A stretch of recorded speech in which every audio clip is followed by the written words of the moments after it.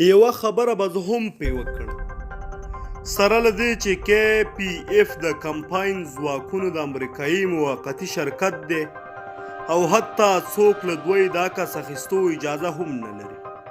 سره له دې چې کمپاین له پاکستانیو ځواکونو سره په ګډه د ډیورن اغزن تار ساتنه کوي. سره له دې چې هیڅ د کمپاین عسکر او قومندان ته له رسنیو سره د خبرو اجازه نشته.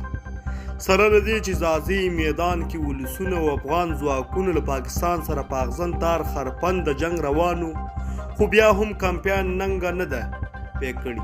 سره له دې چې ډیورن ته نږدې سیمو ته بار بار پاکستانیو ځواکونو پر افغان خاوره تیری کړی دی، خو له ولس پرته کمپاین ځواب نه دی ورکړی او د تڼیو په غرونو هره شپه د پنجاب څراغونه داسې رابلیږي لکه د لیوانو سترګې.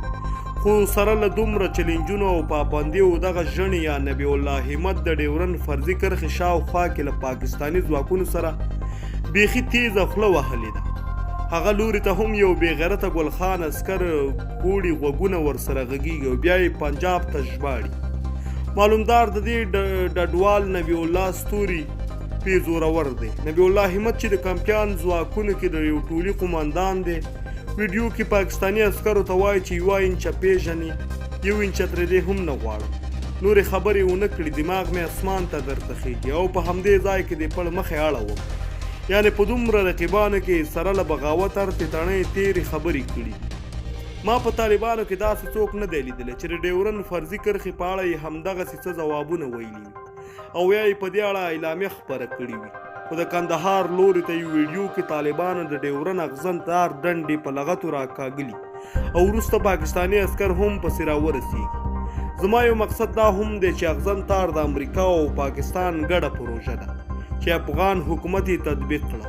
خو یو خواته یو پښتون د پنجاب په یارانه کې اغزن سیم ویل کېږي او بل لوري ته بل پښتون د امریکا غېږه کې د اغزن سیم خلاف ویډیو خپروي.